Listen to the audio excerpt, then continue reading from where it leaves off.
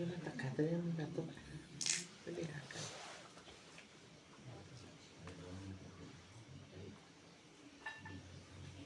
Yung palihakan. Ano nga po? Tapos din o. Matak na si Dian, parang matak na ni. Masih di luar. Niat ada dia meren Ina. ke Vina. Tapi ayah nu diuk di hari. Oh ya tahu. Matang mo. Eta teh saurang diuk na. Nga diwa kai. Nawarkan. Ini kan minutan ya. Kai di.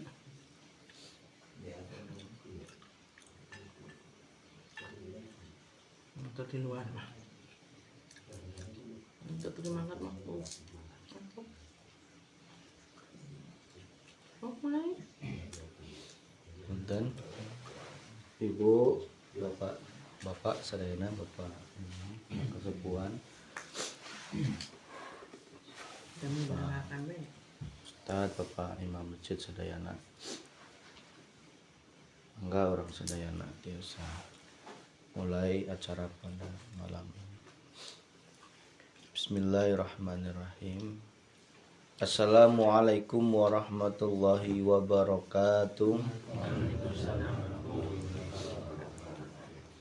Illa hadratin nabil mustafa rasulillah Muhammad sallallahu alaihi wasallam wa ala alihi wa auladihi wa dzurriyyati wa sahabati wa tabi'ina sholihin wal ulama wal wali Allah husan Syekh Abdul Qadir Jailani wa ila ruhi almarhum Mbah Kiai Haji Kandung dan Masyuri bin Sustropawira wa ila ruhi almarhum Bapak Ustadz Kliwon Hadi Sudarmo bin Dharma Karya wa ila arwahi jami'al kubur minal muslimina wal muslimat wal mu'minina wal mu'minat khususan fi qaryati desa Sadahayu Allahumma gfir lahum warhamhum wa'afihi wa'fanhum. Al-Fatihah. Alhamdulillah. Iyyaka na'budu wa iyyaka nasta'in. Shiratal ladzina an'amta 'alaihim ghairil maghdubi 'alaihim waladdallin. Bismillahirrahmanirrahim. Alhamdulillahi rabbil alamin. Alhamdulillahi ala nikmatil iman. Alhamdulillahi ala nikmatil islam. Asyhadu an la ilaha illallah wa asyhadu anna muhammadar rasulullah. Allahumma sholli ala sayyidina Muhammad wa ala ali sayyidina Muhammad sallallahu alaihi wasallam. Yang dimuliakan Allah, Ibu Ustadz, Bapak Imam Masjid Jami Al-Munawwarah, para kasepuhan, para imam masjid, para ustadz, para bapak-bapak sadayana, alhamdulillah orang sadayana tiasa dikumpulkan di malam ke-6 Ramadan. Alhamdulillah kita semuanya masih diberikan karunia oleh Allah untuk berkumpul untuk memuliakan Allah Subhanahu wa taala. Sholawat serta salam semoga tercurahkan ke junjungan orang sadayana Nabi Agung Muhammad sallallahu alaihi wasallam. Keluargana, para sahabatna, para tabi'ina sholihin lumampirna ka orang sadayana. Semoga orang sadayana tiasa menang syafaat fit dunya wal akhirah. Amin ya rabbal alamin. Ibu, bapak sadayana, mari kita sama-sama membuka hati kita untuk membahas tentang pasal 9, yaitu berjudul Bila dalam hati terlukis gambar semua keadaan selain Allah. Bila dalam hati terlukis gambar semua keadaan selain Allah. Bismillahirrahmanirrahim. Kaifa yasruqu qalbun syuwarul aqwani muntabi'atun fi mir'atihi am kaifa yarhalu ilallah wa huwa muqayyalun bi syahawatihi am kaifa yatma'u an yadkhula hadratillahi ta'ala wa huwa lam yatatahhar min janabati wa falatihi am kaifa yarju ay yafhama daqaiqal asrari wa huwa lam yatub min hafawatihi. Artinya, bagaimana hati itu bisa bercahaya padahal gambar semua keadaan selain Allah masih terlukis di dalam cermin hatinya. Bagaimana hati itu bisa bercahaya padahal gambar semua keadaan selain Allah masih terlukis di dalam cermin hatinya? Atau bagaimana orang yang dapat berangkat menghadap Allah padahal dia selalu terbelenggu oleh syahwat keinginannya? Atau bagaimana orang yang dapat tamak atau mempunyai kemauan keras agar bisa masuk ke hadirat Allah padahal dia belum bersuci dari janabah kelalaiannya? Atau bagaimana ia bisa berharap agar paham terhadap rahasia-rahasia yang halus padahal dia belum bertaubat dari semua kesalahannya? Mari kita simak bersama-sama penjelasan dari keterangan tersebut. Berkumpulnya dua barang yang berlawanan itu merupakan hal yang muhal. Yang muhal artinya tidak mungkin terjadi. Muhal itu tidak mungkin terjadi. Sehingga orang akan heran dan tidak akan percaya kalau ada seorang yang menghendaki hatinya selalu bercahaya padahal di dalam hatinya terlukis gambar-gambar keadaan selain Allah yang semuanya menggiurkan dan merangsang. Pasti tidak mungkin terjadi, sebab terlukisnya gambar-gambar keduniaan di dalam hati seorang itu menyebabkan kegelapan hati. Gelap dan terang adalah dua barang yang berlawanan. Jadi selama di hati seorang itu selalu terlukis gambar-gambar keduniaan, pasti harapan untuk dapat bercahaya hatinya tidak mungkin terjadi. Hati itu dapat bercahaya kalau ada sinar keimanan. Hati itu dapat bercahaya kalau ada sinar keimanan. Bapak, Ibu, rahimakumullah. Hati kita tentu awalnya dalam keadaan makrifat kepada Allah. Ruh kita ketika di alam ruh sebelum ditiupkan di alam kandungan, ruh kita semuanya ini dijanji oleh Allah. Alastu bi rabbikum, apakah aku Tuhanmu? Qalu bala syahidna. Ruh kita semua ini artinya sebelum dilepas oleh Allah, yang tadinya bermakrifat kepada Allah, sebelum dimasukkan ke alam kandungan dan nantinya masuk ke alam dunia, ruh kita ini sudah dalam keadaan suci. Diperkuat dengan hadis kullu mauludin yuladun alal fitrah, semua bayi yang lahir dalam keadaan suci. Artinya rohaniyah dan jasmaniyahnya dalam keadaan suci. Jasmaniyahnya yang nggak bawa apa-apa, nggak ada yang lahir itu membawa baju, nggak ada nih Pak. Kita pun nanti juga sama ya, sadari semuanya itu. Rohaniyah dan jasmaniyah ini tidak memiliki apa-apa, tidak membawa apa-apa, termasuk amal ya, semua itu adalah pemberian dari Allah. Lantas apa yang terjadi ketika sudah akil balik ya, saat itulah Allah meniupkan makhluknya yang berupa hawa nafsu.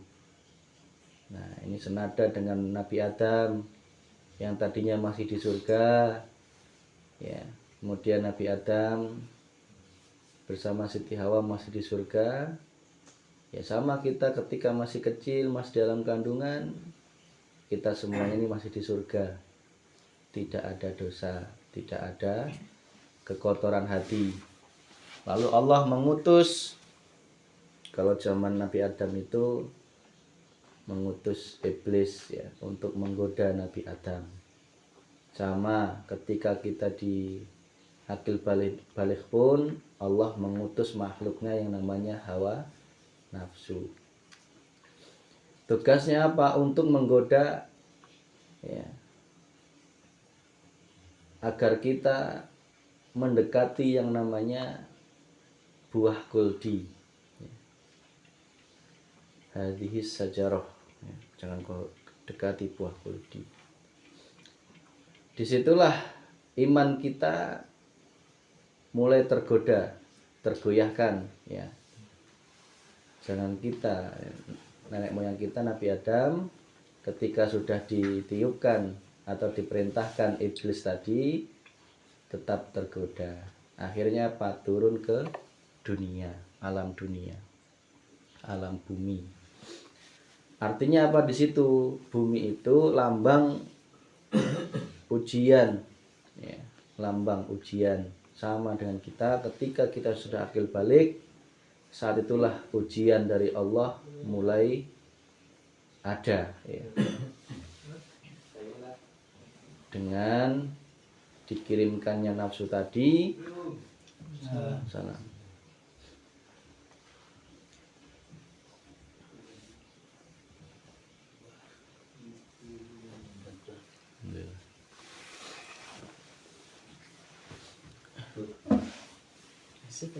Asik nih, Ada wangi. deket Kedongnya deket. Jadi kita mau orang datang tidur begini dia baru-baru. jam 11 ya.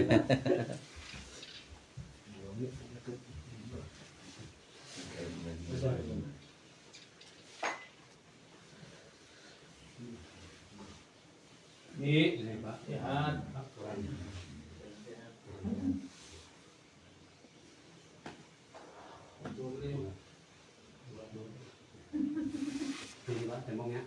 Wangi. Jadi anggur. Karena mulai ya kek. Iya. Pas karena mulai. Karena nganjak.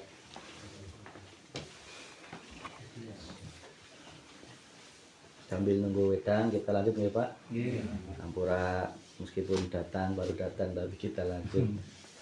Kembali ketika tadi sebelum ditiupkan makhluk yang namanya nafsu, maka ruhaniyah kita ini belum tergambar, belum ada gambar-gambar selain Allah ya. Belum ada gambar-gambar selain Allah.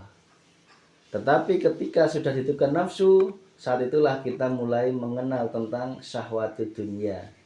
Betul nih Pak, kita runtut gitu maksudnya, kita runtut dulu. Syahwatid dunia itulah kita mulai mengenal yang namanya buah kuldi ya. Kita mulai mendekati buah kuldi itu. Yang SMP mulai senang dengan perempuan ya, mulai minta motor ya. Gede dikit dia mulai bisa punya cari uang, dia punya uang ya. Kalau bisa mengumpulkan uang yang banyak. Gede dikit dia menikah, punya istri, punya anak. Gede dikit dia sudah mulai memiliki jabatan dan sebagainya. Itulah kesenangan dunia. Yang kesenangan dunia itu tidak hanya donyo, brono, anak, jabatan, harta, tahta, wanita, tetapi kesenangan dunia itu termasuk di dalamnya ingin dipujo lan dipujo makhluk, itu termasuk kesenangan dunia. Ingin dihormati, ingin diwahkan, diorangkan, di macam-macam ya, dinomor satukan, itu adalah kesenangan dunia Pak ya. Artinya ketika kita mendekati saja nggak boleh, Ya, mendekati saja tidak boleh, apalagi memakannya. Ya, memakan itu maksudnya rohaniyah kita memakan buah kuldi tadi. Ya, maka turunlah perintah puasa. Ya ayyuhalladzina amanu kutiba alaikumus shiyam. Puasa tidak hanya puasa secara zahiriyah, menahan dari makanan zahir, tapi hati kita, rohaniyah kita tidak boleh memakan buah kuldi. Ya, nyambung ya Pak nggih? Nyambung ya. Nah, larangan memakan buah kuldi ini selama nafas kita masih ada di tubuh kita, artinya selama kita masih hidup. Ya, kita wajib hukumnya melaksanakan puasa batin. Kalau puasa zahir Ramadan seperti ini, atau Senin Kemis, atau puasa Daud dan sebagainya. Tetapi batinnya itu waktunya harus kita laksanakan terus menerus. Jika kita kelupaan memakan, segera ya ingat, lanjutkan lagi puasanya. Itulah puasa batin yang harus kita lakukan, tidak memakan buah kuldi. Apa tadi wujudnya? Syahwatud dunia yang kami sebutkan di awal tadi. Nah, itu semua akan mengotori hati kita, Pak. Ya, syahwatud dunia tadi akan menjadi tauhid. Wa may yakfur bit tauhid yang kemarin kita sampaikan malam kemarin, ya, maka ingkarilah tauhid, ya. Buang semua tauhid-tauhid di dalam hati kita agar tidak ada lagi gambar-gambar selain Allah Subhanahu wa taala. Agar apa? Hati kita bercahaya. Nah, cahaya makrifat itu akan masuk manakala semua tutupnya hati tadi sudah kita singkirkan dalam hati kita. Maka untuk dapat sampai ke dalam naungan Allah, orang harus memutuskan hawa nafsunya, karena hawa nafsu itu merupakan penghalang, ya kan tadi Pak. Buah kuldi tadi sebagai penghalang. Ya. Penghalang untuk agar kita sampai kepada Allah. Nafsu yang 3 itu fokusnya. Nafsu amarah, ya, paru-paru, nafsu lambang perut, nafsu otak. Dah itu kita pegang terus. Ya. Nafsu paru-paru, berdedek, enek, jengkel, sewot, ya, marah. Ya. Itu sebenarnya manusiawi kalau kita muncul sedikit. Tetapi bagi orang-orang yang sudah tercahaya makrifat, ilmu, lekas kembali sadar, kuncinya itu. Coro kita bangun tidur kok lupa makan sepiring nasi, ya, tinggal 1 suap terakhir, ya, ingat. Nah, itu yang tadi dimakan tadi nggak batal. Tetapi kalau satu itu sudah diingat kok dilanjutkan marahnya, nah itu puasa batinnya tidak sah, ya, alias harus dilanjutkan, diistighfari kepada Allah Subhanahu wa taala. Artinya apa Pak? Kami mengajak diri kami dan panjenengan semuanya, kita semuanya, ayo terus sadar melaksanakan puasa batiniah kita, batin kita. Itu dipuasa nih dari apa? Memakan buah kuldi. Karena sudah diberikan gambaran nenek moyang kita Nabi Adam, ya.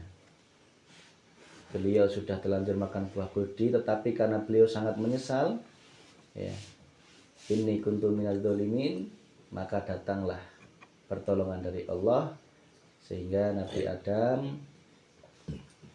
diberikan rahmatnya Allah Subhanahu wa ta'ala. Oleh sebab itu sangat tidak mungkin kalau ada orang menghendaki dapat sampai kepada Allah padahal dia masih terbelenggu oleh syahwat dan hawa nafsunya. Gambar-gambar selain Allah itu ya syahwat dan hawa nafsunya tadi. Nah, hati kita ini masih belum bisa memandang mentok pada Allahnya, masih tergambar makhluknya, intinya itu Pak. Pandangan hati kita itu belum bisa langsung nembus Allah gitu. belum menyadari sepenuhnya hidup yang menguasai, belum menyadari semuanya hidup yang berafal, belum menyadari semuanya bahwa hiduplah yang berasma, ya, yang bersifat sifat apapun itu, yaitu asalnya dari Allah Subhanahu wa ta'ala. Untuk dapat masuk ke hadirat Allah, orang harus bersuci. Nah, kuncinya ini, orang harus bersuci dari janabah kelalaiannya. Di sini masuk terhadap materi rukun Islam, ya. Syahadat kemarin itu kunci agar kita kepada Allah harus menafikan, membuang semua Tuhan-Tuhan selain Allah. Apa caranya? Yang pertama yaitu bersuci, toharoh. Maka dalam syariat dulu kita diawali dengan bersuci ya Pak ya, sebelum sholat ya.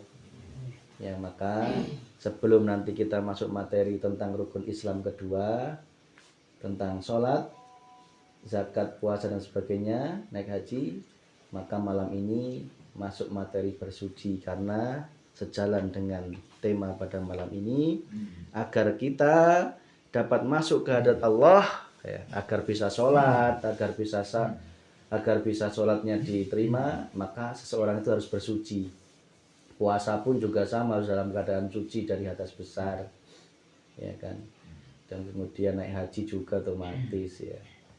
Jadi kunci bersuci itu sangat pokok ya. Itu secara syariat. Secara hakikat juga sama Pak ya. Bersuci itu merupakan gerbang awal agar kita bisa ma'rifat kepada Allah ya. Cara syariat itu wudhu itu menggunakan air ya Pak. Wudhu kan menggunakan air ya, membersihkan tangan, mulut ya, kepala. Itu semua ada maknanya. Tidak hanya lagu dohiriyah tetapi batiniyahnya ayo kita isi bersama-sama. Secara syariat sudah sempurna. Secara torikot ayo kita laksanakan. Torikot itu level hati Pak. Membersihkan semua dosa-dosa dulu. Menyadari tentang dosa ya. Jadi toharoh bersuci dari dosa, hadas kecil maupun hadas besar. Hadas kecil itu adalah dosa-dosa penyakitnya hati dan hawa nafsu ya. Tetapi itu juga hadas besarnya adalah keakuan diri. Keakuan diri itu hadas besarnya. Hadas kecil di sini ketika kita wudhu ayo kita tingkatkan. Ketika mulut berkumur, hati menyadari ya Allah mohon ampun atas dosa mulut. Ketika muka juga seperti itu. Ketika tangan, dosa tangan kita. Ketika kepala merasa paling benar, pintar, berilmu, soleh ya, sambil seperti itu, maka itulah toharoh secara torikoh. Kaki sama, mungkin dalam perjalannya kita masih sombong, dalam perjalannya kita masih angkuh di dunia ini, maka dengan membasuh kaki maka lunturlah semua hadas-hadas kecil kita yang wujudnya adalah kesombongan kita di hadapan Allah Subhanahu wa ta'ala. Ingat, yang namanya bersuci toharoh itu tidak hanya wudhu, tetapi bersuci yang kedua adalah mandi besar. Mandi besar di sini adalah menghilangkan semua keakuan diri kita ya. Karena kita sudah mandi besar kan karena kita jamak berhubungan suami istri ya Pak ya. Karena rohaniyah kita berhubungan dengan syahwatud dunia. Rohaniyah kita berhubungan dengan keakuan diri kita, nafsu diri kita. Maka itu harus dimandi besari. Caranya bagaimana agar kita mandi besar? Yaitu serahkan rohaniyah kita hanya kepada Allah. Caranya seperti itu, kesadaran hati. Kok aku muncul keakuan ya, yang langsung kembalikan ke Allah. Kok aku ngerasa akunya ya, kembalikan kepada Allah Subhanahu wa ta'ala. Maka ayo upgrade iman kita, tingkatkan iman kita, karena gerbang awal sebelum kita bahas tentang sholat, apa itu sholat secara hakikatnya, makrifatnya, dan juga nanti secara garis besar untuk puasa, zakat, dan haji, insya Allah, dan juga nanti rukun imannya, iman yang hak secara makrifat seperti apa. Mari gerbang awalnya ini kita jaga dulu. Secara syariat kami menghimbau, mengajak kepada saya dan kita semuanya, ayo secara syariat kita jaga wudhu. Ya, bagi yang sudah alhamdulillah, bagi yang belum kami hanya mengingatkan. Menjaga wudhu secara syariat artinya ketika kita ngentut, ketika kita batal, nggak nunggu butuh sholat atau pas mau sholat, ya segera wudhu. Ya. Kalau pas lagi nggak ada air ya ada bisa bertayamum ya Pak nggih. Ya, tolong itu dijaga. Kalau ada keinginan hati panjenengan ya terjaga rohaniyahnya atau ingin usul kepada Allah Subhanahu wa taala, syariatnya dijaga. Karena itulah amaliyah, amal-amalan para kekasih Allah. Beliau-beliau itu selalu menjaga wudhunya. Dan saya yakin Rasulullah pun juga selalu menjaga wudhunya, baik syariatnya maupun wudhu batiniahnya atau wudhu secara hakikatnya. Ya. Nah, kalau kita sudah terbiasa menjaga wudhu syariat, insya Allah dohiriah kita dalam keadaan tiis ya. Tiis ya, untuk ngerangsang ya Pak nggih. Karena apa? Selalu terbasahi oleh air wudhu. Secara rohaniyah, ketika kita ngentut hati kita, hati ngentut kan batal ya Pak. Maksudnya hati ngentut tuh gimana? Hati marah, hati sewot ya. Nafsu amarah, nafsu perutnya, nafsu otaknya itu muncul, itu artinya ngentut ya. Batal itu. Wudhu, ruhnya itu sedang batal, sedang terkena najis ya. Maka itu harus diwuduin, tapi nggak pakai air ya. Wudhu tanpa cai ya. Lamun bahasa Sunda teh wudhu tanpa cai itu menggunakan apa? Istighfar, kesadaran diri untuk memohon ampun kepada Allah secepat-cepatnya. Kalau marah, mencintai dunia, merasa paling benar, tolong 3 detik itu paling cepat Pak. Kok saya marah ya, lekas-lekas sadar dalam waktu 3 detik. Minta maaf ke istri, ke anak yang siapa kita marahi. Tidak nunggu siapa yang benar ya, karena marah itu tidak boleh lama-lama, apalagi bagi orang yang makrifat kepada Allah Subhanahu wa ta'ala. Tidak boleh lama-lama. 3 detik itu sudah luar biasa, jenengan bisa langsung meredam emosi. 3 detik segera wudhu. Wudhu itu ya dohirnya ya wudhu ya nggak apa-apa. Maka Rasulullah mengajarkan jika kau marah wudhu gitu ya. Ingat ya Pak? Nah itu suatu isyaroh sebenarnya ya, dari Rasulullah. Tetapi jangan hanya wudhu dengan air. Rohaniyah kita juga harus wudhu secara batiniah.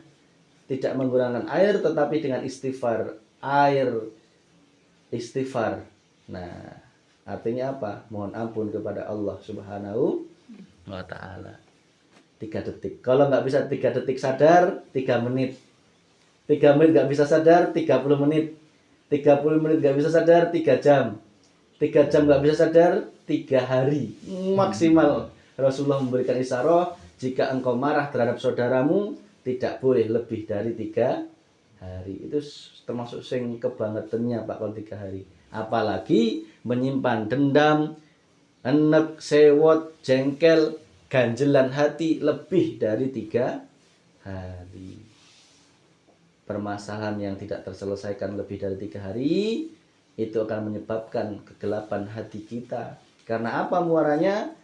Dia tidak lekas-lekas kembali kepada Allah Subhanahu wa ta'ala. Ternyata thaharah penting ya Pak nggih. Karena itu gerbang awal kita agar hati kita bisa wusul kepada Allah Subhanahu wa ta'ala. Awalnya berat atau mungkin kita Mas 3 detik sulit ya. Saya 3 jam baru diberi sadar oleh Allah, nggak apa-apa, nikmati Pak ya. 3 jam kemudian baru bisa sadar, oh iya aku tadi marah ke istri, aku tak minta maaf lah. Nah 3 jam itu sudah luar biasa. Jangan nunggu 3 hari. Nanti akan ditambah imannya oleh Allah 3 jam, besoknya lagi 3 menit. Segera sadar, besoknya lagi 3 detik. Luar biasa 3 detik itu. Ya. Itu termasuk calon kekasihnya Allah. Karena apa? Tidak semua orang diberi guru pembimbing seperti itu yang wujudnya adalah mengingatkan dirimu secepat kilat, ya, secepat kilat untuk kembali kepada Allah Subhanahu wa taala. Maka untuk dapat masuk ke hadirat Allah, orang harus bersuci dari kesalahan-kesalahan. Orang yang mempunyai kesalahan itu dimisalkan sebagai orang yang berjanabah, yang harus mandi junub itu loh Pak, berjanabah itu. Yaitu orang yang mempunyai hadas besar.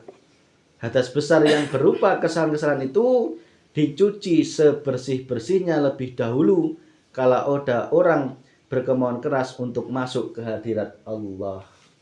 Ulah di Jorglawar ya, Sundanya naon Jorglawar ya? Di Jorglawar bener ya? Subhanallah ya. Jangan dibiarkan nafsu itu, amarah itu. Kan ada gini Pak, saya marah ke istri ya.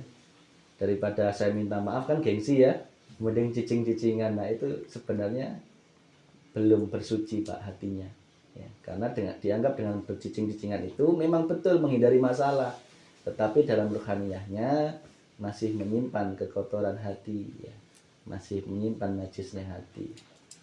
Maka Pak, Bapak-bapak dan saya, ayo kita sama-sama sadar untuk selalu menjaga wudhu, baik wudhu zahir maupun wudhu batin. Insya Allah siap nggih Pak nggih, bareng-bareng nggih, sama-sama ya. Kita selalu sadar, oh harus selalu wudhu. Karena apa? Kalau tanpa wudhu ini nanti sholat kita, baik sholat zahiriyahnya maupun sholat batinnya yang akan kita bedah pada malam-malam berikutnya, itu tidak akan diterima oleh Allah Subhanahu wa ta'ala. Sholat zahir pun kalau tanpa wudhu nggak sah ya. Jangankan wudhu yang nggak sempurna aja nggak sah. Ada satu titik yang terlupa di kaki, yang sela-sela kaki ya, Pak syariat gitu nih Bang ya. Ternyata sebegitu detailnya loh Rasulullah itu mengatur bersuci itu. Ya, artinya nggak boleh ada najis yang tertinggal di dalam hati kita satu detik aja, satu kecil aja. Marah yang masih tersisa dikit, bereskan, jangan nunggu lebih dari 3 detik. Ya. Sewot jengkel, anak rewel jengkel, anak minta jajan jengkel. Jengkel ke anak saja nggak boleh Pak. Mohon maaf ya. Kita pun juga harus minta maaf ke anak. Karena apa? Karena anak pun juga makhluk ya, bahkan lebih mulia dari kita sebenarnya. Karena anak itu masih dalam keadaan tadi hatinya makrifat kepada Allah Subhanahu wa ta'ala. Maka untuk bisa mengharapkan kepahaman di dalam perkara-perkara yang gaib, orang harus bertaubat dari kesalahan-kesalahannya. Artinya orang itu harus bertakwa. Orang yang bertakwa pasti tidak mungkin akan menjalankan kemaksiatan berlama-lama. Sebab antara takwa dan maksiat merupakan 2 hal yang berlawanan. Jadi tidak mungkin keduanya akan berkumpul.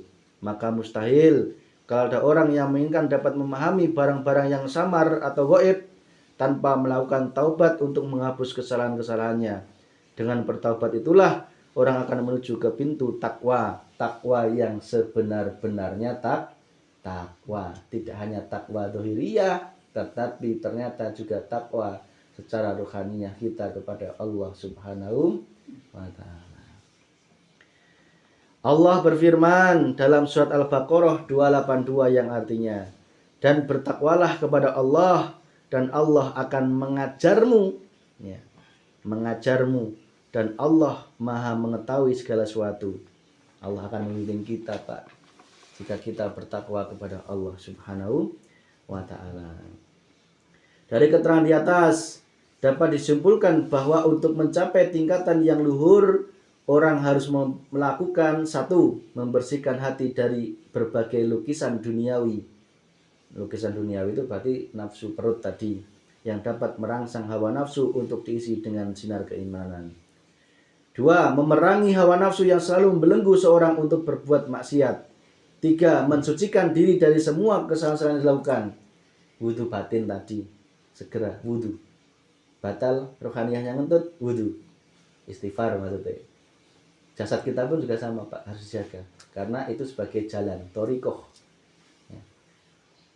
Maka jika ditanya apa thoriqohnya Rasulullah, ya semuanya, ya mangan, ya ngombe, ya berjalan itu thoriqohnya Rasulullah. Ya. Thoriqohnya Rasulullah itu semua hal apapun itu menjadi jalan Rasulullah untuk kembali kepada Allah Subhanahu wa ta'ala.